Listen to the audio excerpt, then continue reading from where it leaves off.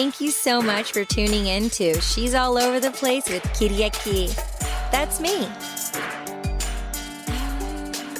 Hello, everyone. Thank you for tuning in to She's All Over the Place. I am so excited to have you here, and my guest today is going to blow your mind. And for all of my followers and everyone who's been a part of my journey thus far, it's going to be no surprise. This name, Anna Chonacas, my sister, who is amazing, who's a genius, who I always talk about on so many different episodes, like divine femininity, nootropics, the human design, just anything with health and wellness. When I was on with Yota for Vibrant Health, and we were talking about belly fat and gut health. And it's just like, Anna is such an inspiration to me. And we're 13 months apart, and she's just magnificent. She's brilliant. I've been able to watch her journey along the way and learn a lot about like family and siblings and choices we make as individuals, as artists. She's taught me so much. I always talk about Dr. Joe Dispenza on here, and she turned me on to Dr. Joe Dispenza. I'm like bossing and flossing and like BFFs with like Shaman Durek and his whole gang. And it's like my sister is the one who turned me on to Ancient Wisdom podcast. Shaman Durek's amazing. And I knew about him because of Anna. So I've learned so much because of my sister. And so, everyone,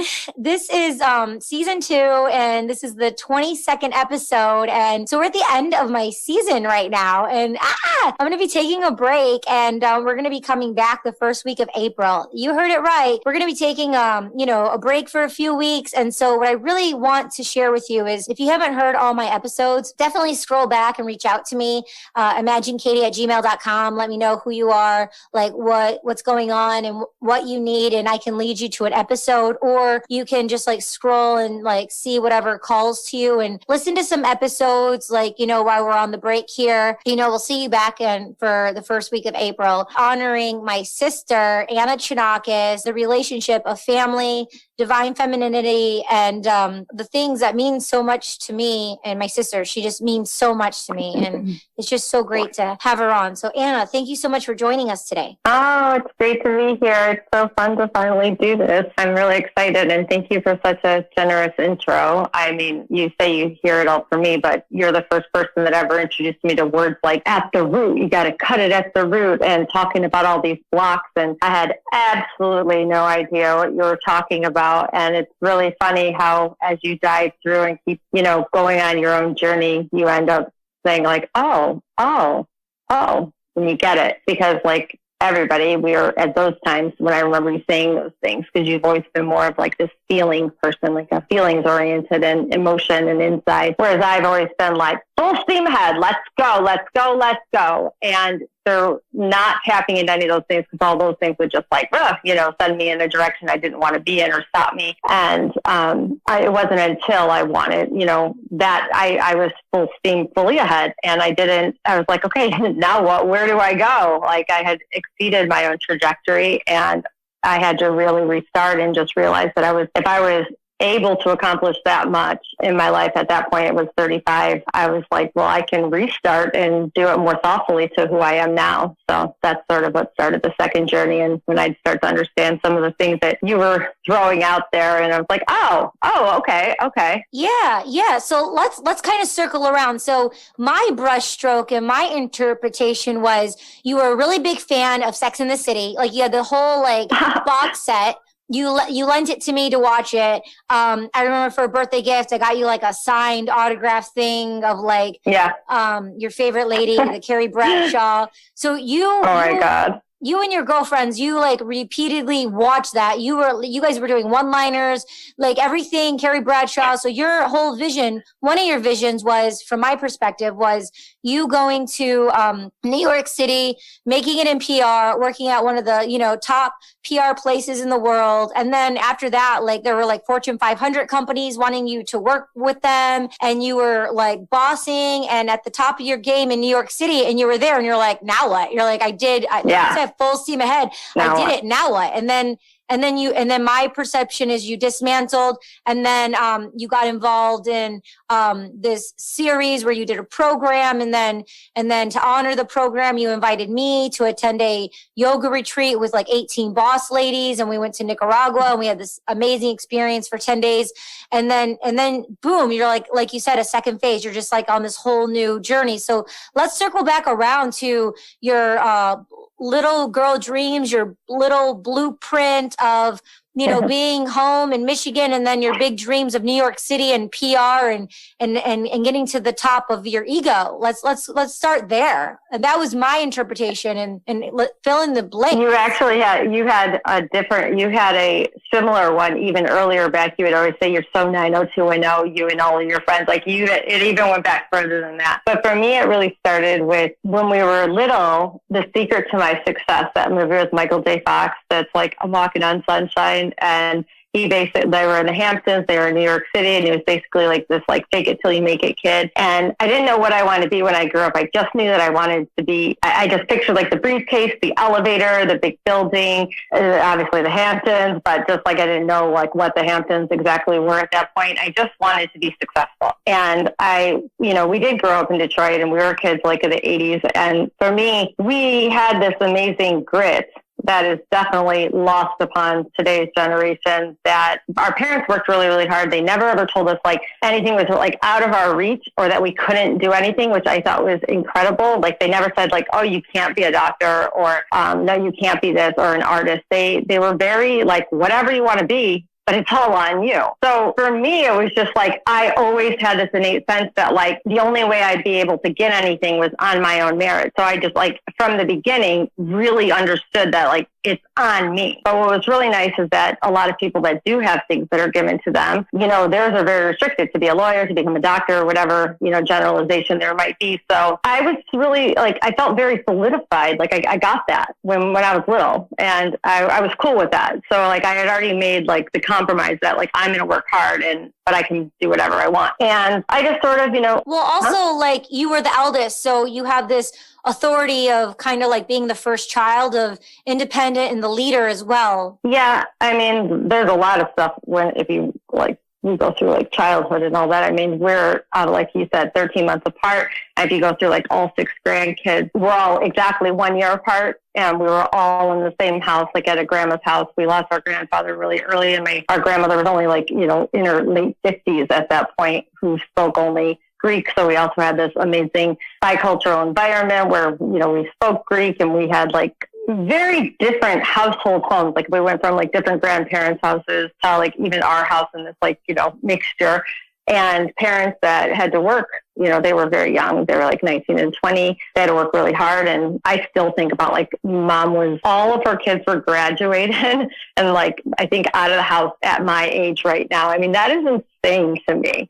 Like if I had 4 kids done with high school at 41, I mean, that is just, what a warrior. Like that's just, and worked full time. I mean, it blows my mind. We only have even a shred of the grit that like that parents' generation had, It's really wild. So yeah, I guess like I didn't actually until my junior year of high school, when I started doing like a split school where I went to this like career development thing where I could actually start to like hone in on like what my strengths were. I met new kids at a different school and developed like you could have much closer relationships, and I started really having these close relationships, like close friendships, and that's I think when you were starting to call me like 90210 or whatever, and those friendships became like really, really, really important to me. And then when I did move to California, then the Sex and the City and those friends came up, and my Santa Monica friends, my Santa Barbara friends. I was really, really, really, really blessed with great groups of friends, and I think that's what it was. Is just like kind of not having it, like being the oldest of all the grandkids and in the house. With that type of mindset, I think that like being able to get to a place where like you can have friendships and you were allowed to like, we also grew up in a strict environment. Like I could do whatever I wanted. I could go and hang out. I think that it like my friendships and circles became really like, they're just so very special to me because I wasn't like, we weren't like, I don't know how you were, but for me, like the responsibilities that we all take on, I didn't really have those types of, connections and stuff until I got older. And so, yeah, that's why they were so important to me, I would say. Yeah, and you definitely had community because if you're taking it back before Sex in the City days, I remember, like you said, the 90210 world, it's like you had the same like 18 guy friends and the same like 13 girlfriends because there was more guys than girls, and you would rotate of whose houses you would go to like Friday, Saturday nights. You would just rotate the houses, and that's what your thing was. And like you had that community. I had like I was like always an individual, and I was like calling up Canton, I was calling up this city, I was calling up that, and I was like a young boss producer, 13, 14 on the phone. Even if you take it back to like, Wildwood before that, I remember like being on the stairs and being on the phone and just having long conversations with people, and then mom would be listening on the phone. I'm like, mom, like I would know if mom was on the phone or not. And then in my teenage years, I would be like a producer, like, yo, what's going on here? What's going on here? And then all of a sudden I would start at like 7, it would be like 9, it would get to 10, and then it's 11. It's like, oh, and then like I didn't make a choice. So now I'm just at home by myself because I didn't make a choice to go to this party or go there. Right. I was the wheeler and dealer. Yeah, I was just gonna say that was that first step. Like when I went to that career center and I ended up making all those new friends, which became lifelong friends, many of them anyways. And then that was about like 2.5 years, 3 years. And then that's when I developed panic disorder, like after graduation and all of that. And all of a sudden my body chemistry was like doing something crazy. And that, I would say that's the first time, like, I realized, like, your body can, like, turn against you, like, suddenly without whatever. And that started to deteriorate. And I kind of went into, like, what you said, where I was very much, like, a lone ranger and on my own, and ended up, like, just being a lot more random and not having such close friendships. It was just, like, it's almost, like, blurry. And then somehow, again, like, with your insight, like, being able to move out and go to California. And then I had resolved those issues by moving. Like, it was just like really a product of like environment and just a lot of accumulation. And when I moved to California, I was able to like recultivate that again. It just occurred to me, like, as you were kind of going through and describing yours, and it's like, oh no, I did have that point too. And I don't ever think about it, but there was that time where I sort of went into that kind of mindset as well, and just being a little bit more like disconnected. And I've been actually thinking, like, I had some like, not like flashbacks, but thinking about like really random, like, where was I at? Like, how did I get there? Like some of these situations that are events that I had gone to, and because I was doing stuff very much on my own. And to me, that was very unusual to be doing, especially in Michigan. Like it was extremely out of character for me. Mm-hmm, mm-hmm. Yeah. I always, when you're saying what you're talking about, and I reflect on what you're saying, and, what comes up for me is, every moment has its season, right? Every moment has its season. So it's like, I've gone through things, you've gone through things, so it's like, I think we all go through different things at different times, and we're at different spaces in our lives. Yeah. Right. Yeah. Yeah. So, yeah. Mm-hmm. Yeah. So circling back around, I could probably take you back to just getting back to like how, like what I wanted to be when I grew up. And then we just kind of went on that cute little tangent there. Yeah. Let's do that. Okay. So when I get to California, that's the panic disorder and the friends are back, and I'm just like back into like feeling, connected with me and my drive or whatever, and end up finally moving at 30 to New York City to begin accomplishing that. Because for me, like, that was my big picture. And I've never been one of those people. I'm like very, very patient, very, very disciplined, very, very able to like, withstand, endure until things are like the correct time. And for me, it finally had become that time. Like, I had enough education and insight and funds and whatnot to be able, bless you, to be able to, pick up and finally get that dream. And it exceeded my wildest expectations. I mean, from the get-go, I got a job in public relations. I mean, I wanted to be in public relations and didn't even know like exactly what that meant. I just knew that were like that, or advertising, like these glossy things that meant like agency and like, brands and lots of people. Like, I knew that that's what I wanted to be. And I got really, really lucky that I worked for a bicultural agency that had amazing people working for it, incredible brands that I could be so proud to represent. And just every bit of it from like start to finish was just like, whoa, like next level. And what you mean with that is like, I remember it was organic brands. They were ethical brands, right? There were so many. There was lifestyle. There was business technology. There was consumer packaged goods. I mean, there were just so many. They were huge brands. I mean, it'd be like Tecate or HBO, like those are some like in the Formula and in like the Latin division. I mean, they were huge brands. I mean, how could you not want to? Whether it was, I'm trying to like think like Fabian, like the symbols, or like Mophie, like the phone chargers. I don't know. I can't look at this. It feels like 10 years. It actually was like 11 years ago at this point now. So I'm like, what were all the brands at that time? Like, I'm like Happy Baby, Tribe Hummus, like name it. I mean, and then I worked for like another like fashion one that was just like, it like blew my mind. You'd have like Solange in there and blah. It was just crazy when you get to like the fashion part of it. And like luxury brands and whatever. But going back, it was really like the people. Like my friends were like from Colombia and Guatemala and Mexico City. And when I sat with like a group of my friends, it'd be like the UN, like nobody would be, white and didn't speak another language, and I speak Greek fluently. I understand Spanish quite well. And I've like self-taught a lot of French. And it stimulated me in the inside. Like it just stimulated me in ways that like I had depth. Like I've always been such a deep person and have rarely had those opportunities to like really utilize it or enjoy it. Like it was always just something very, very private. And for those reasons, it was just very, very stimulating. It was more about that than anything else. Like that, like I had succeeded the like zest and joy and everything that I wanted. But hence the actual environment is what would catch up with me, is why I always felt, like whether I didn't fit in, we could say one reason because people like don't stimulate me in a way that I need them to. So, I just like whatever, because I've never been like, amused by shallow or nastiness or any of that. Like, it's just not me. And what I would, to be in PR, like after like, all of the exciting thrills and all of the perks and everything else, it's like, it doesn't make and obviously I did it for 6 years. So for me, the longer you're in it, then nobody ever tells you like office manager at 60K is like the best gig in town because you can live in New York City, enjoy all the perks and not have a lot of responsibility. But as you begin to elevate more and more and more and more and more, you need to, compromise more of your integrity. You have to make decisions that are just like totally, not aligned with your own moral values. And so every day I felt like I did as much as I could do to be able to sleep well at night. And the more I had to do also just kind of disconnected me from, because I've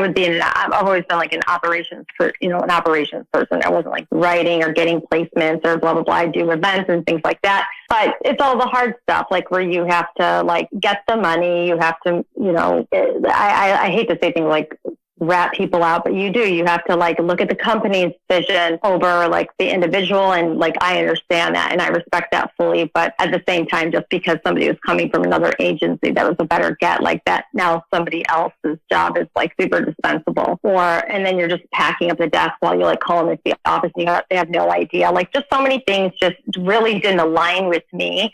And there's only so many free pairs of jeans and purses and sunglasses and blah, blah, blah. And when the Kool-Aid's out, it's just out. And for me, like I said, I just really couldn't fit in because I've been a ladder climber and enjoyed the pursuit of like exceeding my own personal expectations. But I've never been one that's been able to do it at the expense of anything else, like especially my own integrity. So I would do what I could do in every single day. So I could be able to sleep, I say, but I mean, really just like that. I didn't like have so much tension, but it was very lonely and very isolating because it wasn't ever like a position where you could get like very, very close. And like, most of the things you were doing were not, could be not cool. I mean, not like this was this wasn't a job all encompassing, but for the most part. So a lot of that was lost because as you elevate, it's like, what are you supposed to do? Go right back to the start?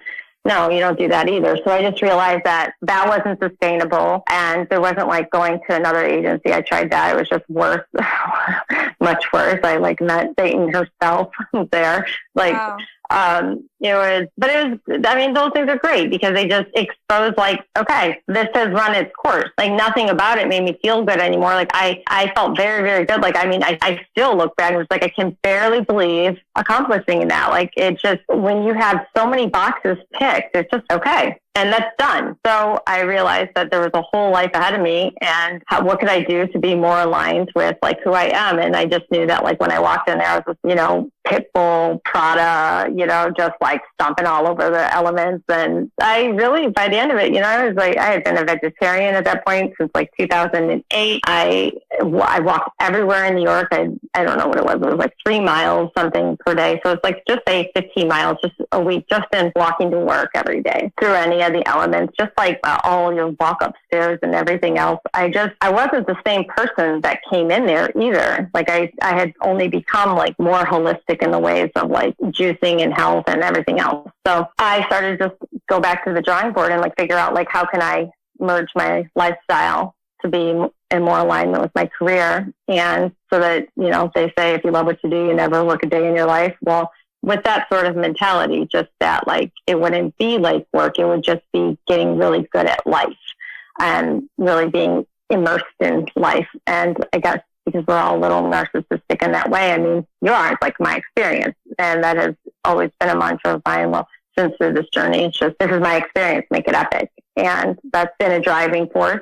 So I did that. I strategically got out of the job, took a BS job, just like, as like an office manager or something at like a tech startup, and began to accumulate a whole bunch of 200-hour teacher training, doing like healing, taking a bunch of the Katona that you mentioned, retreats or workshops, and then even those in California, working in Chinese medicine for over a year, on and on and on. Just a whole bunch of stuff, just like adding to it, just still trying to navigate, because there is that strive for authenticity, especially when you leave an inauthentic position to be authentic. And I wouldn't go to see me as an acupuncturist before, like, the doctor that I worked for, I'm like, she's the best. Or a yoga teacher, like a lot of times that seemed like, I didn't, first of all, go into yoga teacher training to like, shout a sequence over Beyonce to a bunch of people like me in New York. Like that wasn't why I was doing it. I just really knew that it would scratch the surface, and it did. It just kept, everything has kept a trajectory. And, it's a long road to sort of get to a place where you're like, oh, okay, how can I differentiate and offer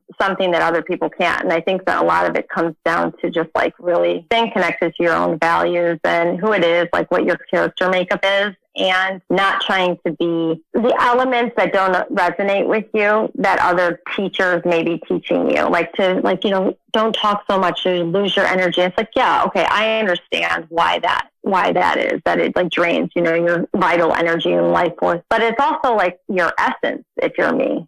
If it's also like your ability to retain information and to articulate it well. That is a part of my value, my gift. So when that's still down by these teachers, when we're trying in that pursuit of authenticity and what it is that you can offer, can really trip you up. I mean, I wouldn't say that it really tripped me up, but it definitely kept me like, in situations that were uncomfortable, just as uncomfortable, maybe even worse than being in a job like in New York, because that felt deeply personal, And that's like when Socrates says, know thyself. So when you know yourself so much, when teachers and people like that say something, then if you know yourself so well, those things won't matter. But circling back around to what you were saying earlier with, you weren't taught certain things in school. They didn't teach you certain things about what was going to happen with your venture in New York City and being involved in PR. Like those things you didn't know. So you had to go through those things and experience them. And like you said, you became very isolated and disconnected. And you're such a deep, censored feeling person, and so connected to your heart and feeling and community of like being involved and connected to all different cultures, because you're cultured and your upbringing and the whole 90210 worlds of like all your friends and your community.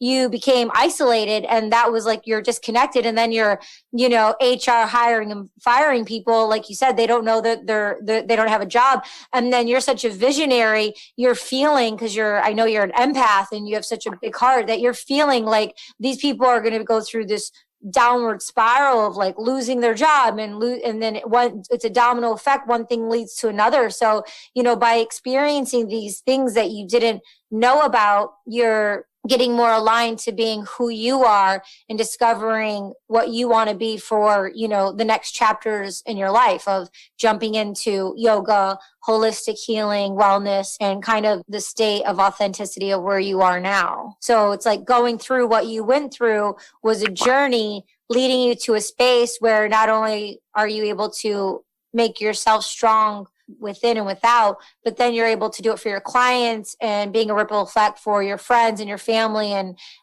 and for your business and for the near future, for, the longevity of your journey while you're here, honoring yourself and able to honor others authentically. Yeah, all of that. It's so layered, like everything is. It kind of like some of those things, like you said, like even the community, some of these things like end up sort of like stealing your momentum, like, or like we might talk about like dopamine or like whatever, because it feels like it's been depleted in some way. So when you're not a dancer that's now a choreographer, that's now called a yoga teacher, not that there's not amazing yoga teachers, because there are incredible ones that I get. Like I said, that's another reason why I couldn't just do it. It's just because like I would rather go to my teacher. I would rather go to that, or I'd rather just go to Bikram so that this person doesn't sequence me into a fall or a sprain, that was like learning a whole new thing. I'm like, I don't know how to put this stuff together. Like I know how to get you in it right, or what the breathing is, or like what the overall intention of like what's going to happen for your physiology and your biology from this, but not this. So it just, everything felt even more intimidating and like not what you're trying to do. I'm like, this isn't about that, And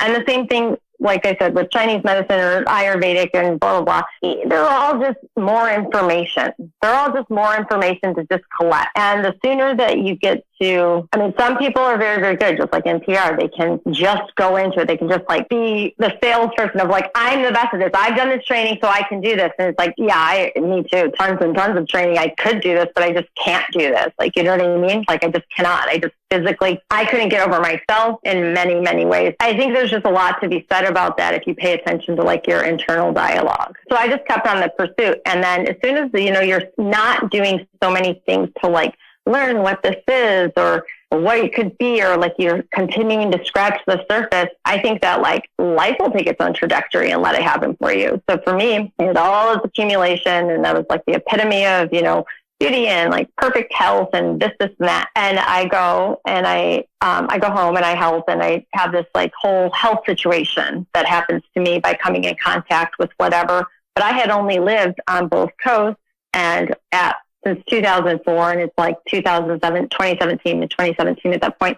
And I had never, I've had control over all my days, all my emotions. Like, if I felt a little dizzy, I was like, oh, my body needs protein, have a spoonful of peanut butter, this or that, go get a sun, get a ginger fireball, whatever it would be. All of a sudden, all the elements had changed on me. Like the actual energy, the people, the concerns, the nonsense, the air, the water, the food, the oil is vegetable and not olive. Like every single thing changed. And I was teetering health-wise and unaware of it because, like I said, I felt dizzy. I'd go get a spoonful of peanut butter. I lived in La Jolla on the beach. Like I went on 70 hikes or whatever in just 1 year. It's like there's nothing that appeared, not on blood work, not in anything, that like anything was wrong. But in those specific conditions that are under my control, like of my daily life. But if you put me into the Midwest and now winter, come in contact with mold or something, plus all those other variables that I'm just saying, all of a sudden, like something just happened. I wasn't like, it started with a skin thing, and it was just like, and then I couldn't heal. And I was like, what the heck? I'm not healing. And luckily, like I had language and connection with like who,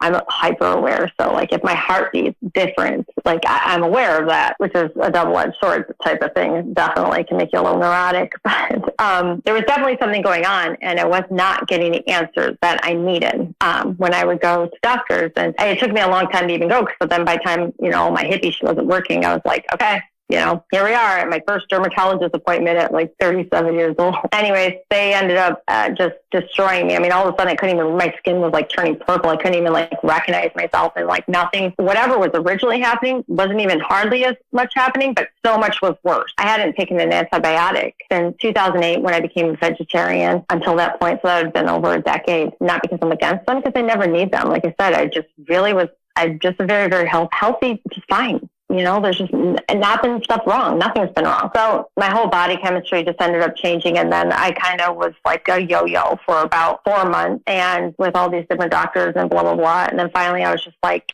I came to my own senses. I'm like, all right, if it doesn't matter what it is that's doing this, like to my body, if it's bacteria, if it's a fungus, if it's mold, or blah, blah, blah. I was trying to find like, what is the exact culprit so I could fix it. I'm like, if I'm not strong enough, I'm not going to be able to be anything. So I ditched, everything. And I started going back to my roots. And as soon as you do that, as soon as you like take your own control back of your own circumstances or whatever, you immediately start to like feel that, power within yourself and stuff working. Like, now it's like it's like back to how you should be, like do or die. And not to say that doctors don't have a great place in medicine. They absolutely do. And especially because, I love to go and get constant blood work or whatever, but for getting it, but they can minimize. And things have changed so much. There's so many more options out there. It's like they don't have all that information. And at the end of the day, if everybody's situation is different, whatever's going on with their own health and what symptoms they're experiencing, for me, I have such a value of my life experience. Like it means everything to me. I thoroughly enjoy it. And for me, it was like do or die, because I was like, I'm not going to be like, this is not all over here. And that's the way it felt, because I felt so far removed from like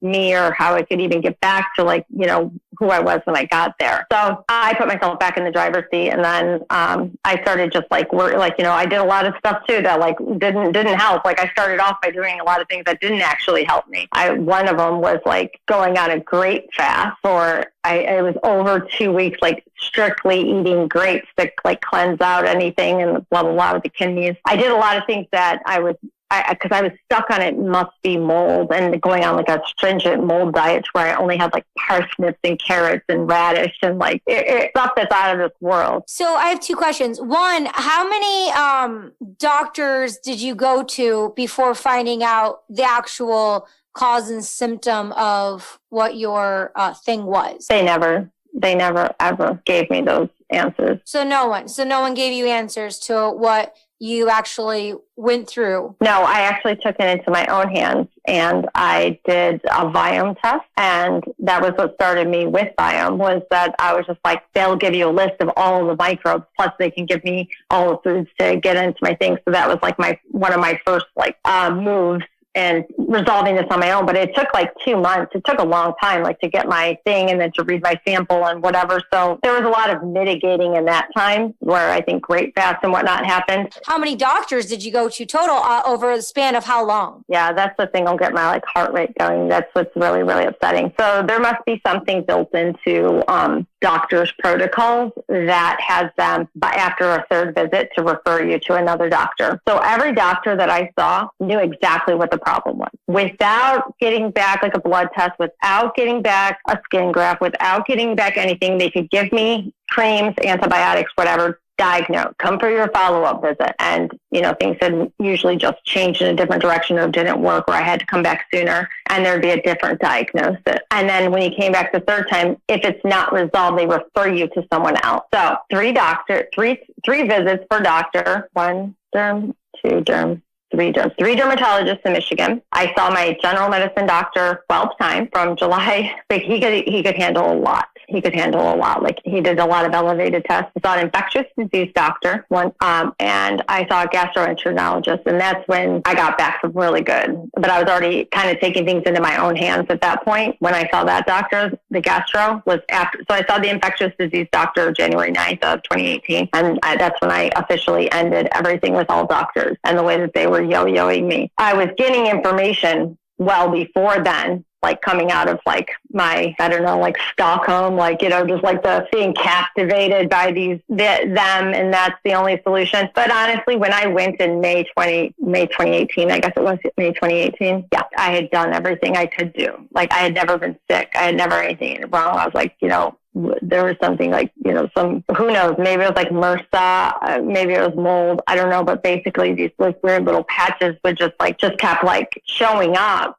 and then they'd get bigger. And I honestly didn't even have acne. I've been really blessed, up until a few of these things. And I didn't know how to deal with them. So, I'd be like putting a bunch of shit on them, trying to get it off, like a lot of alcohol, peroxide, tea tree, this, that, trying to there was a nodule, I'd be trying to like hot compress it and get it out. Like, cause I just didn't know. I just like really was, I mean, it's a good ignorance, I guess, but I just didn't know. And I certainly didn't improve things in the beginning. I mean, if I probably went all the way back, if I would have just put on this one cream at the start and calm my stress, but these are things you'd have to know, like that was a factor. I mean, I knew that I had moved like birds and bird mites and, like dust, and had touched things that like from basement with my bare hands. I mean, I just moved from La Jolla where I'd walk down to the beach in my bare feet for my house.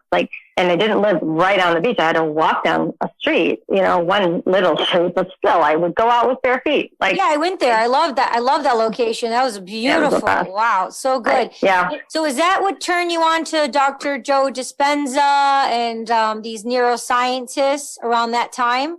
Or were you hip to them before, that stuff started happening in Michigan? I definitely started learning about Dr. Joe Dispenza. I mean, it maybe was earlier than 2017 with all of this. Like, when did we go to Mexico? Was that 2017? I don't know. I think it was 2017. If I came back to California in May of 2019 or so, like June 2019 anyways, I definitely was doing a lot of Joe Dispenza for a year to get through it, but I don't think that that's like when I started with him or any of them, like Shaman Dirk or anything else. Like that was just sort of like before leaving. There were so many people I was learning from at that time, like so many people I was learning from. I mean, literally, God bless like health podcasts. I mean, like I said, I got a lot of not good advice because at first you start with what you're mostly aligned with. And so I was still a vegetarian, and I was trying to beat something really, really big with a really weak system that had only been weakened with the use of antibiotics and all of that. And then, like I said, eating just like mold diets, stuff like carrots and parsnips or whatever. And then a great fast and doing all this stuff. And then finally, when I found out that I was anemic, so things that I had developed after seeing the gastroenterologist and still in Michigan preparing to leave. So I had developed anemia. I had developed like iron deficiency anemia. I had developed SIBO. What else had happened? I can't believe it's nice to not remember all of your problems. But I definitely had a series of issues that were all perpetuated by the really, really how I was mishandled. I mean, I was now doing things like paying out of pocket to like see like a $500 Ayurvedic doctor and take all these herbs and follow these protocols. I was seeing like a chiropractor and an acupuncturist. I was doing all of these things, even in Michigan, and then learning as I went. But as I continued to learn more, because, like it'll send you to like a new doctor or a new thing that, you get absorbed the algorithm. I started to really understand that like, it doesn't matter what it is. What matters is that I am weak and deficient, and I needed to become much stronger. And I wasn't going to get there on this basically vegan lifestyle. I mean, I didn't even let myself use adrenaline and, get revved up forever because I didn't want to like activate cortisol. I didn't want to. I remember you saying that to deplete me. My immune system. So many things were just like too far. So saving grace, I get that Biome report. They list microbes into they can list viruses. They can list a lot of different things. There wasn't anything, and I literally did like the control F, looked for all of like the big game people, like all H. pylori or anything else that might be in there. And I had also had the SIBO test and did have SIBO. So I knew whatever. I was able to see like, oh, well, my gut lining health says this says this says that. So I knew some things that were triggering my system, but I also had relief that all of these things that these doctors were saying, like even like the new functional medicine doctors that I was like learning and doing all these great fasts and doing all this other stuff, I realized I'm like, my gut lining is fine. These inflammation markers are good. I don't have that much microbial diversity. Okay, but I have this. Like, for the most part, my scores looked pretty great. And I was like, okay, this isn't as messed up. So I just worked on like building and strengthening it. And I wish you could see what I look like then compared to now. I mean, it's crazy, but a lot has changed. I continued on my journey because I learned so much with, improving like even what information, who I was receiving it and what direction it was. Then I became not a vegetarian, like no longer a vegetarian nor vegan. I'm very big on, carnivore, and I eat ground beef with liver and heart. I get upset when I think about the way I understand like elimination diets or this and this and that, but the liver can, repair itself in 1 hour, right? We are resilient beings. If we deplete ourselves of these nutrients, some of these things, I think because I was so depleted, didn't make so much sense. And now that I'm so replenished, my blood tests are higher than they were well before any of this even happened. I haven't ever been as healthy than even before, like well before. I just want to say that a couple things. One, that's great to hear, and that's wonderful to hear. I also want to say that, I just want to take a minute and acknowledge you and say thank you so much, because you showed up here and you're vulnerable and you're sharing your experiences and your stories. And, I don't even know a percent of what you know and what you've been through. And I just know, the system is very difficult, and just even make an appointment. Like I remember when I was trying to see a psychiatrist and just to get a therapist, it was so hard to get on the train track. And it's so difficult just to set up an appointment just to get in, and then and this and this and that. So everything you went through is just so brave of you. And, you cut through a lot of stuff, and by showing up and being you and who you are and going through it, and coming out strong and healthy. And like you said, there's alternative medicines and there's alternative ways. So like people can connect with you, and you're a huge asset because you've been through so much of it, and you can, save people, hack people from going down the journey you did, and really supporting and helping people for health, like through alternative ways. And you are that, and you live for the community and you live for the people. So just thank you so much for being here and sharing. And, before we dive even deeper into more things, I just wanted to say, thank you. And you're my sister, and I'm grateful for you. And I know how important it is. And so thank you. I greatly appreciate that. And that's the thing, is that so many people go through all of this at various levels, or maybe not even at a level that's recognizable, but it is like slowly affecting their health and longevity. And anything that I can offer people in the way of like, hey, that result is important, or ask to be tested for this, just sort of looking at these things in a different lens and being able to we don't ever need to be like, I'm afraid to get my blood work, or feel lost, like there's no help, because there is so much help out there. There's so much, and there's so many people out there that are able to unpack it really easily, because we live in this age of overwhelm. And that is the biggest thing, is everything to me was so overwhelming. So many doctors, so many options, so many this. And it's like, just give me 5 good options. I don't want 1 meal a day, keto fasting, this intermittent fasting, this and that. Like, give me 5 collective good options for people just to start getting better. And that's not what you see. It's like, you have to go down this road, so many roads, that might end you up in a place where you're even more deficient and in the worst place, or like cultivating ideas and that you're just aren't aligned with you or what's going on with you. It's not the same for everyone. We have our microbiome, we have our DNA, we have our environmental factors and what our lifestyle is like. It's not a one size fits all. And people need to just be able to know that, hey, the best approach, number 1, get sugar out of your diet. Get enough sleep. Rise with the sun and go down with the sun. Like, follow those light mechanisms. Stop going against our own biology. Make sure you have, your proteins and fats, so you're strong enough to fight off anything that might be in your body. Like, you need to be properly nourished. Instead of worrying about what's wrong with you, strengthen yourself. If I could say anything, it's just like, stop worrying about what's wrong with you. Like, there's nothing wrong with you. Most people have access to be able to listen to anything like this. No matter what, we all have circumstances. We all go through stuff, whether it's health or life or anything. But at the end of the day, you have to acknowledge where you are. And I know that our problems feel like so overwhelming and life altering. And it's not about comparing it to like someone in a worse situation or this, a poorer country. It's not about that. Like, we all feel it to our own degree in our own consciousness, but we just need to stop and look around and realize exactly where we are. It's very hard to feel like bad for longer than the moment that I acknowledge that, like, where my mind is at, and not realize that, like, I'm in Beverly Hills right now. Like, I just can't.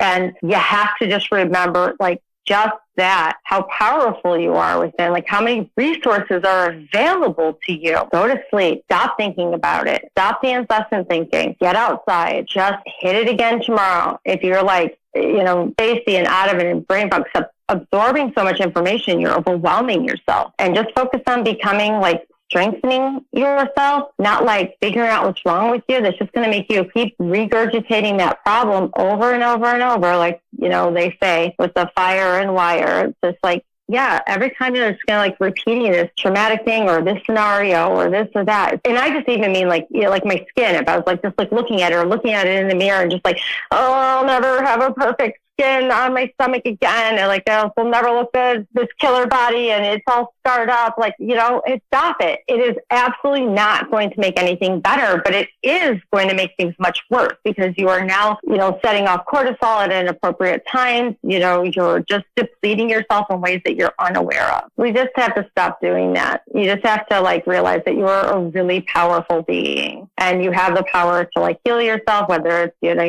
your mind or your body. You just need to stop allowing so much overwhelm to happen, reconnect with nature, like our nature. It's really about keeping things simple and just like understanding that you're capable of enduring, you're capable of being resilient, you're capable of being anything. And if you just stop trying to fix everything, you'll find yourself, where you are, where you want to be.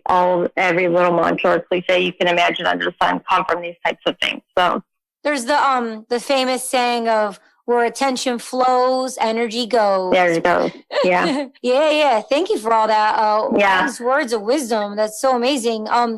So let's deep dive into Viome. You were mentioning, so that's when you did your Viome and you did a chart. I'm so grateful because you did your Viome and then you gifted it to me for my birthday, and I had my Viome for a full year in a box before I would even do the test. I was so psychologically like scared or so psychologically like feared of the resistance. Like it was just, I couldn't just like do the test to send it in. And I did it a year later. You got it for my birthday a year ago in November. And that's when I did it. And then when I got the results, I'm like, oh, I'm going to be seeing my sister. I'll just wait. And like, I would think, I put it on my schedule, look at the test, look at the results. And I couldn't log on to the Viome site just to look at my results. And like, I was just like hesitant, resistant. And then I'm like, oh, I'm going to see my sister. And then I saw my sister and it didn't happen. And I was like, you're like, well, you're like, yeah, you did your Viome. And I'm like, yeah. And then you're like, oh, what are the results? I'm like baby footing. I'm like, oh, I was kind of waiting for you to go over them and read them with you. Because I was scared and I was like overwhelmed. Because I remember a year earlier when I was with you at your beautiful place, you were showing me your Viome results. And it was like, it was overwhelming for me. It was like, oh my God, how am I going to read these charts? And it was like super overwhelming. But you're a specialist. It's what you do. It's fun for you. And that's what you do. And you did it for me and you do it for your clients. And I think that's awesome. So let's go on your journey of Viome when you first decided and how you found Viome and then you did your Viome. Yeah, Viome is like another thing that I heard on a podcast. I don't know if it was sponsored, but maybe one of the podcasters did their Viome and then they went through the results. And then I saw other podcasters that I was following at the time get theirs to do the results. And when I was taking things into my own hands, I was like, all right, like I really, really hoped, and I even like sent them notes, like I'm doing this based on the contingency that I'm going to find all the list of all the microbes. And I thought I'd be able to get the answer because that's still where my mindset was. I'll find out who's the culprit, what is doing this to my system, what's making this happen so I can fix it, before I got to the understanding that it doesn't matter what it is. If I'm not strong enough to beat, I can't beat anything. It doesn't matter what it is. And if you look at most bacteria or fungus or anything else too, you're going to see that they're just about all the same things to beat all of them. But if you don't figure it out, you're going to start to develop like an autoimmune disease, which I was able to mitigate not having. And anyhow, like you said, thank overwhelm. God. There's thank goodness so gracious. much overwhelm. Again, even with that report, there's the nutritional supplements, there's superfoods, foods to enjoy, foods to minimize, foods to avoid, and then like the whys. And then also very technical terms and pathways when they get into like your like what's happening, in your results, like your microbiome. It's going to tell you like inflammation levels, digestive levels. And what is microbiome for people who don't know mitigation and microbiome? What does that mean? Well, your microbiome, like so you have like your DNA, but they say like your microbiome could be like even like 5 pounds. It's the accumulation of all like the bacteria, the fungus, the protozoa, like every single thing inside all of these different things that we're talking about, the archaea, all the numbers, that all the different microbes that come up on your result. And then they're comprised of like all the different areas in the body. So it's like through the whole body, it's in your tissues and your organs and your interstitial fluids. Like it's literally like on the skin, like what is the bacteria, the fungus and that lives always on the skin. Like for me, what's triggered all of this is that I actually became very allergic to the dust mites that like are actually on the skin, and they would go like into the follicles. And then because I wasn't having histamine reactions or allergies like a normal person would, to probably because I don't have high inflammation with the clean. That's the great thing about vegetarian lifestyle, very low inflammation, all of that. I wouldn't have any of the symptoms of a person that was allergic to just house dust or the dust, the dander on pets and whatnot. But I'm like off the charts allergic to all of it. And then they would trigger these histamine reactions on my face. And then if I had a cut or anything, then that would expose it to be able to pick up. Because we're always around, whether it's like, ringworm, athlete's foot, all that stuff, like jackets, like all of this is the same thing of a dermatrope. It's a form of like mold, fungus, yeast, and they're like, those are all really the same thing. It's just levels worse. Like it's like yeast and fungus and mold, like to like becoming super extreme, right? Or like staph, like we have the Staphylococcus virus or bacteria is a normal part of our innate immune system. But if you have a cut and you're having like these types of reactions, you could like overpopulate it, and that becomes like MRSA, I guess. When your own microbiome is now like producing too much, like there's not like an even distribution of like what's going on in the system, like when you're overpopulating certain colonies, or what they call it, like say with MRSA or like having candida, you develop these little colonies, and they go into these like weak areas in the body, and they create like these biofilms that are really hard to like eradicate. And then I guess the worst case scenario, I mean, obviously I don't know about these things as deep, because thank God this has not happened, but I guess those are the things that could actually perpetuate tumors and cancers and things of that nature, is by those little colonies, so forming and like growing out of control and disrupting, your entire microbiome. So like MRSA is one of them that's like in the interstitial fluids, like inside of the nose, inside the ears. It's really crazy. It's very complex, but I mean, I think that most people look at like microbiome as like every factor, like I'm talking about right now, of a person's lifestyle, and it's all unique. Like we all have our own, like there's similarities. We have all these same bacteria and fungus that we all have that are going to be on all of our reports from staph, actinomyces, like different forms of candida and whatever. But how much of all of them, like how much, and then your internal environment, like what's going on, like whether you have like a lot of disrupted, say, EMFs, like if you keep your Wi-Fi on at night, if your TV's on all night long, if you're not blacking out so you can get into deep restful sleep, if your house has a ton of dust, if it has mold under the baseboards, like there's different things inside of our actual environment that's going to perpetuate some of these imbalances or create them. So on for a me, neurological level, in your nervous system, on a cellular level, with all your organs. Got it. Cool. All right. Thank you for explaining that in depth. Thank you. And then mitigation. What is mitigation? Mitigation, are we still talking about the biome or mitigation? Just in general. So like what is when we know microbiome, we know brush strokes of microbiome. What's brush strokes of mitigation? So if something's wrong with you, like I would do biome, or if like you really want to get an idea of what food is really good for you and what's really not good for you for like where you are right now, I recommend Biome. Like that's just it, and they offer so much more now. But to me, it's an amazing tool. There's so much in it, but like you said, like anything else, it's very overwhelming. So I can pull a whole bunch from a report, very easily and see like, oh, okay, what are the similarities that are happening within this person? Also look through the microbes and see which ones might be like bad actors in there, and then what foods. But when they offer so many, like which ones are really relevant, and I like to just break those things down. Like, what does this say? And what does this mean? Like, so that I can unpack it for someone.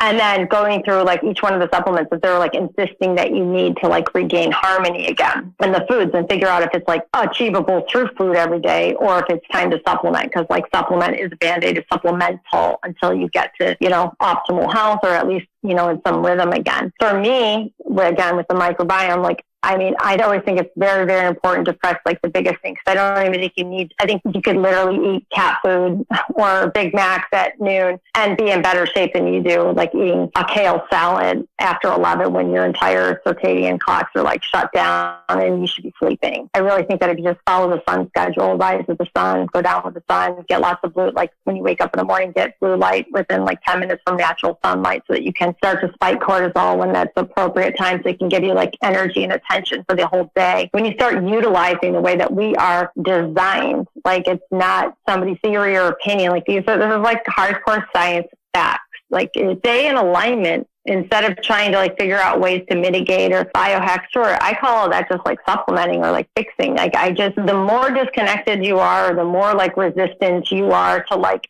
make those changes, then just stay in the same situation and like stop worrying about it because you're just causing more problems by like worrying about it. It's like if you're going to just, say, hey, I don't like whatever it is, what it is. And I'm just going to like watch the Kardashians and just like get over it. Then do that. Do it fully, but don't like be halfway in it. If like you really want things to change, then the first thing is like literally rise and go down with the sun. Eat early, I say like intermittent fasting, like a 16-8 window so that you give your body time to do it. Yeah. Circadian rhythm and now that's what I'm talking about right now. About light therapy as well. No, but the circadian rhythm is light. Yeah. Not as well. Like they are the same thing. The circadian rhythm literally is like following the rhythm of each day because each one of those organs has a clock, but everybody's out at sleep. Like when the sun goes down, everything's winding down. Yeah, you tell me don't be on your laptop between 11 and 4 a.m. Stay off. And that's especially, and that's like, I mean, that goes into like neurotransmitter stuff too. I mean, even just more even refined, like a reason why people will be like, oh, okay, I get it right now. When it comes to like dopamine rewards or being depleted of dopamine, if you have light between like artificial light between 11 p.m. Candlelight is fine. Stuff like that, like because we had starlight, we had candlelight, we had fires before, we went inside and into these environments where we start experiencing all of the issues that are just like common today that didn't exist before. Anyhow, 11 to 4 a.m., 11 p.m. to 4 a.m., you will actually be like, reprimanded or you'll actually have penalties for having light in a way of like depleting your dopamine. And by not having light during those hours when you're meant to be sleeping, you'll actually develop dopamine rewards. So you'll have more dopamine. And dopamine is like, it's the pursuit, it's that enjoyment, it's joy, it's very important to sustaining like happiness. Yeah. I mean, all the neurotransmitters have like very, very redeeming qualities. I mean, acetylcholine is one of the hardest ones to get. And like, that is like, great attention and focus. And I love that one because that's what if I don't have that, I'm not me, And so when you follow these hours, like your system's able to work as it's supposed to efficiently without being gunked up with a whole bunch of other stuff when it's done, when it's in rest and repair, because that's what sleeping time is for. It's for rest and repair. Yeah. Yeah, it's and it's not just rest and repair. I mean, it's also regeneration and repair and rest, like actually healing some of the events of the day. When we do like, EDMR, like, other forms of therapies to try to deal with the stressors in our life. Well, we do that when we sleep. Mm-hmm. And if you get sleep, you get into sleep, your body will go ahead and do that for you. Mm-hmm. So there's so many benefits, but I get it. I live in this world. Like it's very, very hard, like especially now when the hours are so crazy or we don't have like standard job hours or whatever, like it's very, very hard, but there are reasons for it. So you just have to learn to see the benefits. So I always say just like small steps. I always just encourage people. I'll give them like 5 ways to get there. For like all these different things as you saw like with your chart. And even if they just hit one of them, you're hitting it, whether it's through a supplement, through its food, through an exercise, through a breath, whatever, you're hitting that mark. Me, I'm a psychopath and I would do all of them because I want to optimize.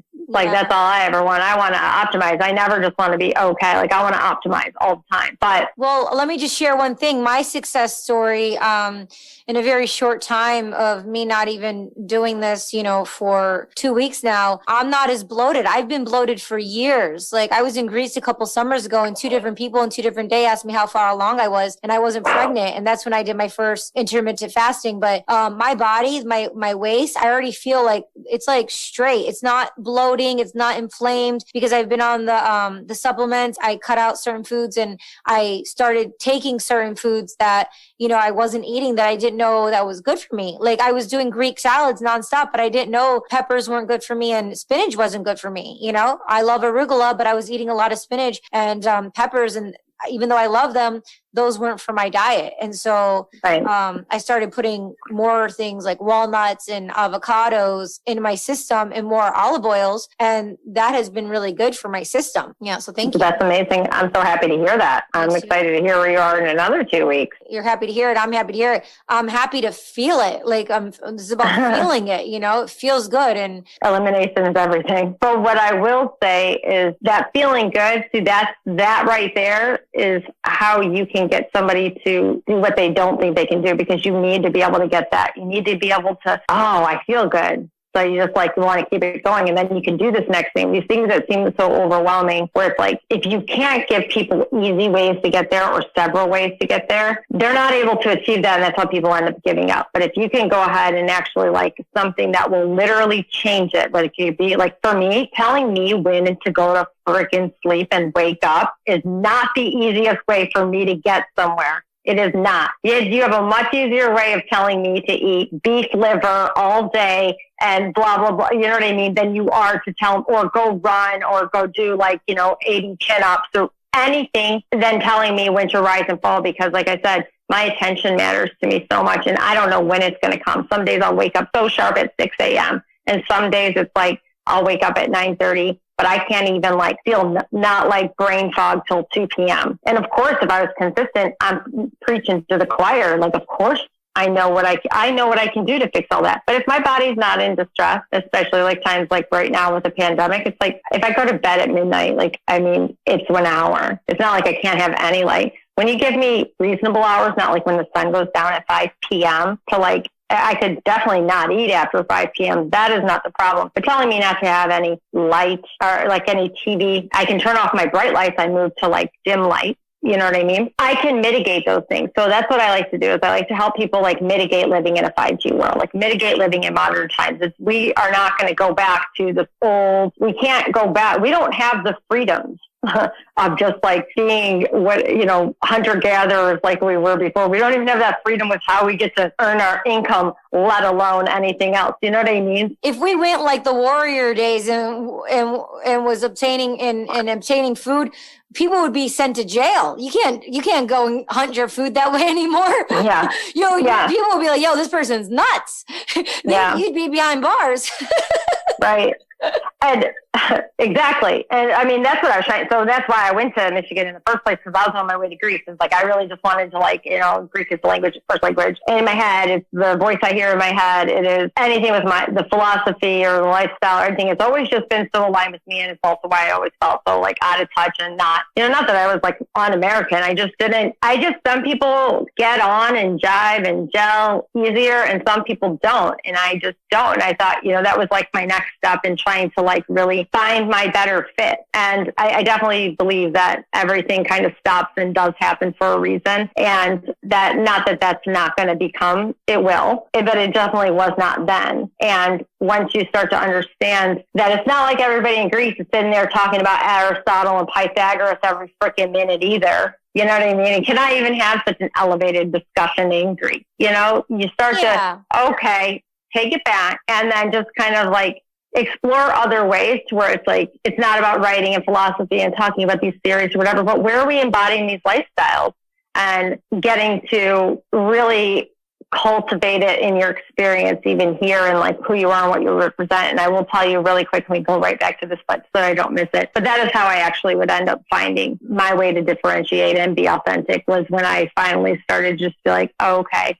this is where this is. And this is where that norm, but mitigating it even here, here and now in these circumstances is where you live, and finding that and using that type of mentality and not accepting that like, oh, it's not here and I don't get to enjoy it unless I'm a scholar. No, you know, or unless I have more elevated friends. I mean, the most elevated people are not sitting there talking about this type of stuff that I, you know, like that's like in my world, in my mind all the time. And I love, but there are, because there would, you know, an entire Stoic movement. There are people that are like professional athletes and Navy SEALs and people that are into this type of mindset where, in all those wisdom traditions that I was like learning and cultivating that are so common out there, I was sitting here learning all these ways to be graceful, to calm my energy, to be peaceful, to do this, to be in a hamster wheel of, you know, like something's wrong with you and fix it and breathwork and blah, blah, blah. And then all of a sudden I was like, oh, no, because that's me. That's tough. That's resilient. That's like being honest. That's cutting through the stuff and just getting to what my innate nature is instead of trying to like adapt to what is out there for people to have this more holistic or offering a service or these blah, blah, blah, because I was never going to do health. It was like I was going to go back to be a doctor because I'm intelligent and can read results and can decipher or see patterns and navigate certain things. Doesn't mean that like I want to be involved in like the internal cannibalism of, you know, podcasters or fitness gurus or conflicting, because that stuff changes. I started off a vegetarian and I can tell you all the reasons to not be a vegetarian and a vegan now, and to be like, I can't get myself to fully go full carnivore, but like if it was like between the two, full carnivore, and what's up with plants and toxicity and glyphosate, like understanding deuterium and what that is and why you need it in sleep. But instead of explaining all these details, you can just help yourself and your friends and your family to say, hey, this is why you shouldn't eat these plants and this is why you should do this, blah, blah, blah, blah, to people that want it, and not get involved in that, but you know. And then you can use that in like what it is that you offer. And for me, it's like more in the mindset of like fitness and resiliency, and a series that we'll talk about on another podcast, because hopefully it'll be out by then. But it's bringing those things that, like I said, for me, it's like I always like, you know, you want the truth, but it's like I like want the truth, like the beginning. So that means you need to go to your teacher's teacher to trace it all the way back to the beginning. So you're like Pythagoras, you know, and then figure out like, and then you start to learn and not dulling down my abrasive nature, because for me, it's like I can see right through everything. It's always been a gift. It's like if somebody's trying to backpedal or not put something out there, like just seeing like, you know, the age of overwhelm, just seeing how people aren't able to be honest, that people don't trust because they literally don't have like any path as our ancestors did to be able to like mitigate this world. Their innate wisdom, they're so out of touch. People don't even understand that like in this lifetime, how much has changed. Our Yaya is like 91 years old. In this lifetime, you know, you're going to the well, you're going to the river, you're going to the bathroom in holes outside. The amount that you would gather up the mountain, the metaphorical mountain, and gather the olives and come back down, and before the sun goes down, you had to have your foods. You had to go outside, like your living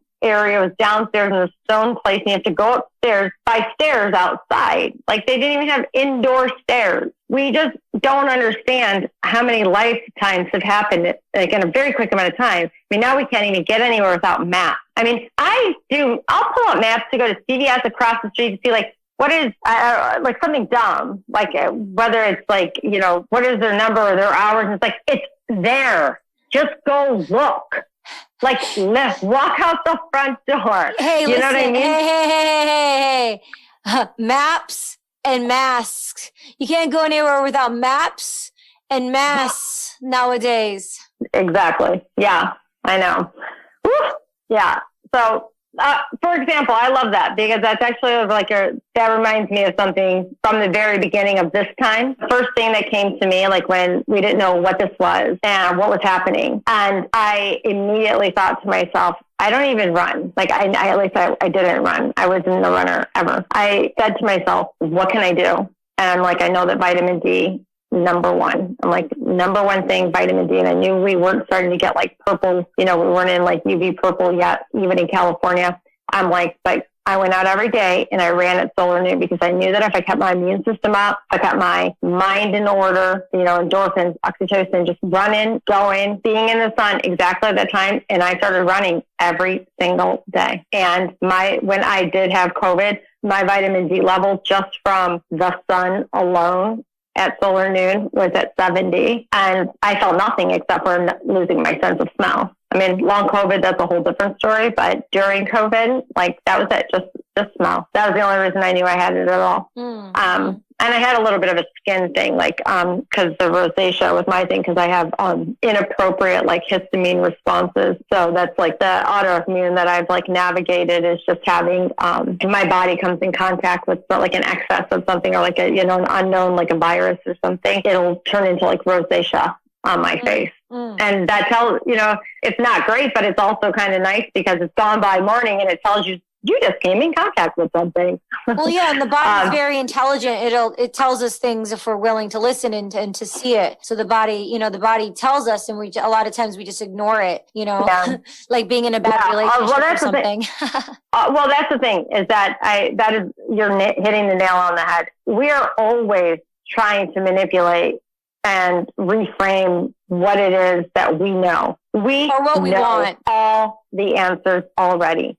And every time you try to like repitch this to someone else, so that you can get those better results that you want, so that you can blah, blah, blah. It's like, it's not it. Like you know the difference, and we don't follow roadmaps the same way that like our ancestors did, whether it's like, we were raised Greek Orthodox. It's like, well, maybe we can't get there through those same things. But if we can understand these roadmaps on like how people, they have an exercise for like grief or gratitude, for sick people, for when someone passes, whatever it may be. There are systems in place, but we don't have them because we'll be like, oh, I'm Taoist now, or I'm Buddhist, or I'm this and I'm that. And there's amazing things in each one of these wisdom traditions that are like, oh yeah, I want to cultivate that into my being. But it doesn't mean that you need to like now align with this, because you're not. Because you would find in that same thing, you'd be like, oh, I don't want to do these 8 limbs of yoga. Like, I don't want to have that much discipline. I don't want to follow the yamas and the niyamas. Like, I don't want to follow their commandments either. So when we don't have like a discipline and a practice, and like,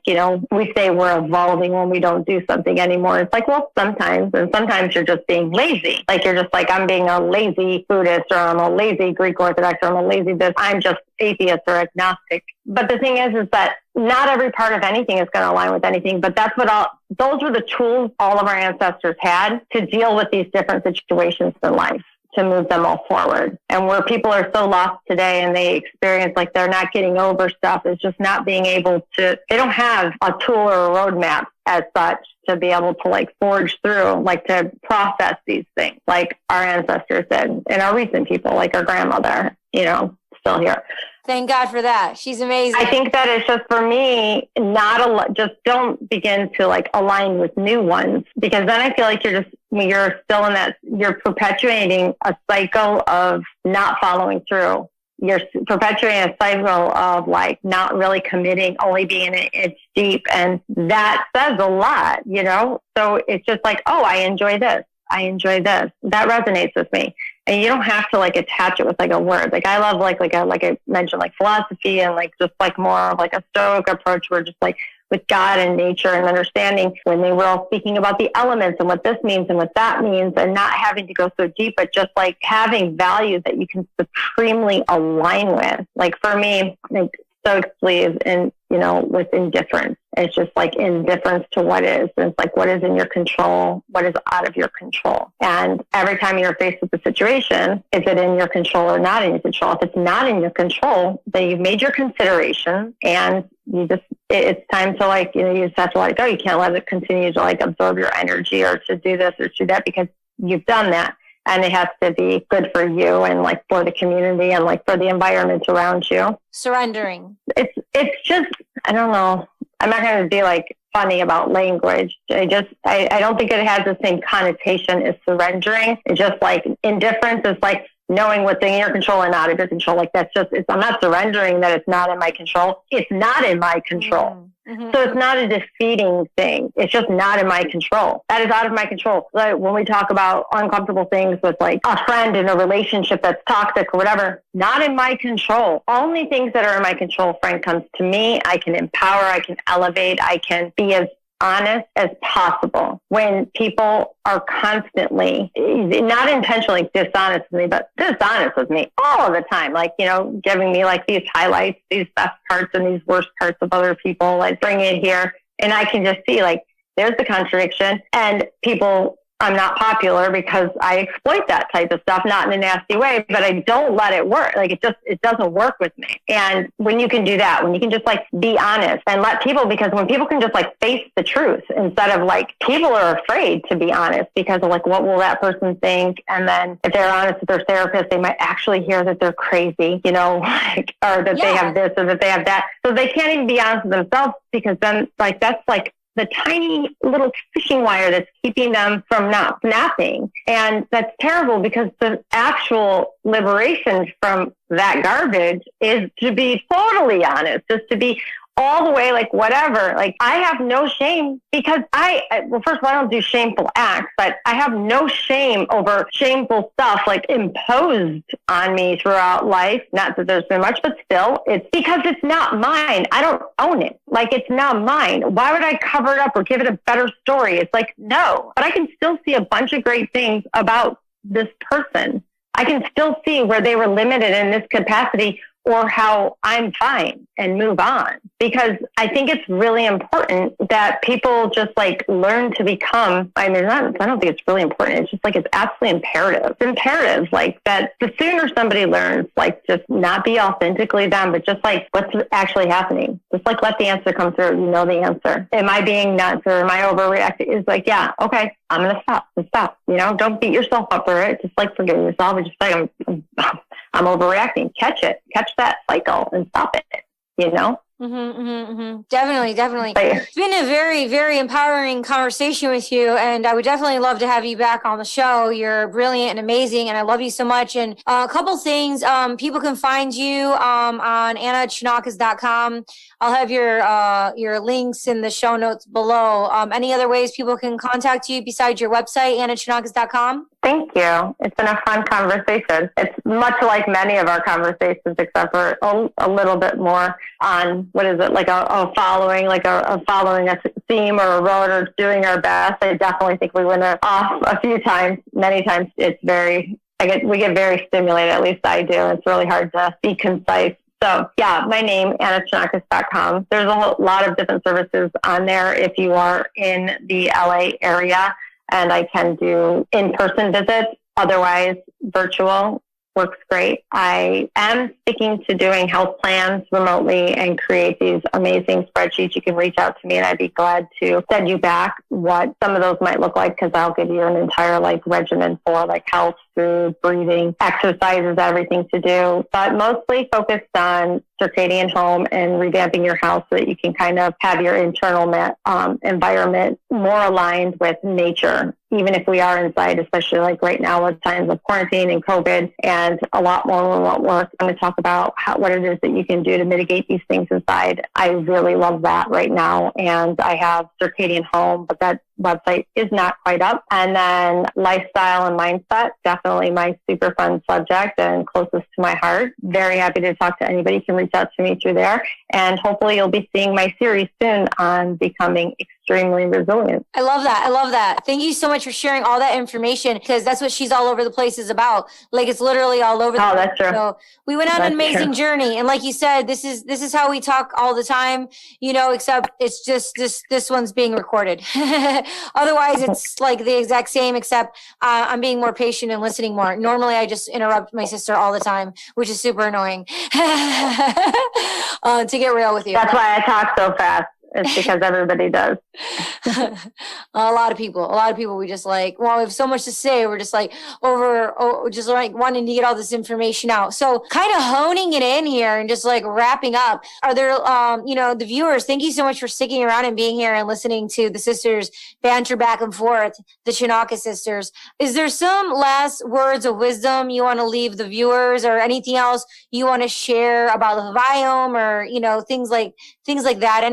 Anything that comes from your heart center that you want to share before we see you next time? The biggest thing would just to remember how powerful and how resilient you actually are. And every single time that you're beginning to have thought that something can't work or it's not going to improve or anything, just try to redirect that thought. And rather than just redirecting it, you want to really, really learn to direct it in a way towards they're not happening again. You're not allowing this to continue, this pattern, because in life, the most important thing that we have, our most precious commodity is time. But even more than that, it's our attention.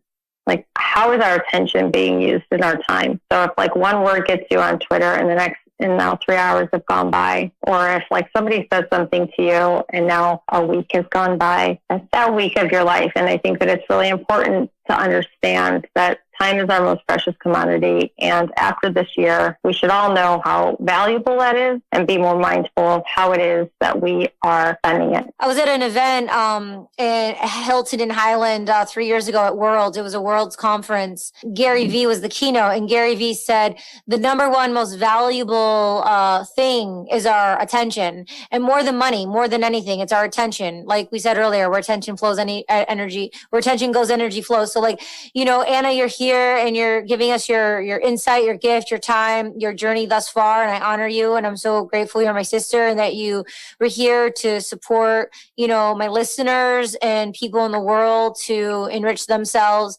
And, you're here and the listeners are here and I'm here. And it's the number one most valuable thing. Like you said, it's our attention, and it just can't compare to money or anything else. It's so valuable, our attention, and being here together right now. It's just it's a really like a precious thing that should never be taken for granted. Like you said, a week goes by, a year goes by, 3 years go by, or oh my gosh, excuse me. You know what I mean? Yeah, I do. And a way to improve that, I will just quickly say, is like, if you can just reframe those thoughts and try to see in a more elevated consciousness. So if something bad does happen, or like you're being deprived of something, if you can try to look at instead of like pigeon, like, or zoom at you, like look at the bigger picture, why it's important to the other people and where you are on that hierarchy of importance, and kind of just find some solace for your pain in a bigger context. And not only will that help you to expand, it helps you to love, and it helps you to whether it's, forgive or anything else, you'll only be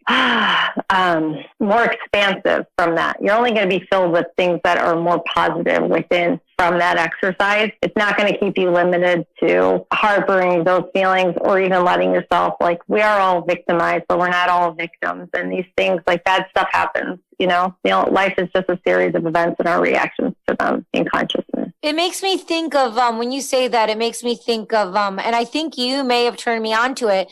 When I've read this book a couple of times, The 4 Agreements, it takes me to the first agreement of, not taking things so personally. So it kind of like you said, instead of making it about you, look at the broader spectrum of things, not taking things so personally. And that book is called The 4 Agreements. And I think you turned me on to it. Like, I did. I'll send it. I have it on a PDF attachment, even, that I send it to people, even in line at a grocery store, because anything can come up with me anywhere.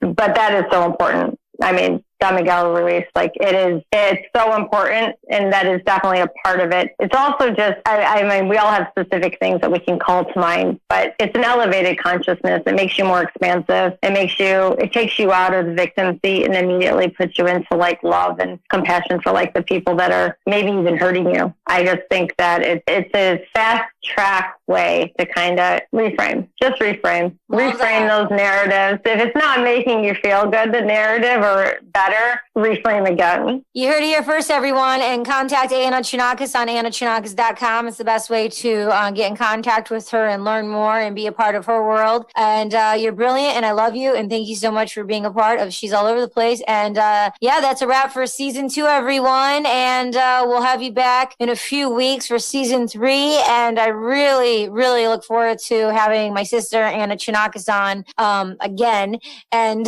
in season 3.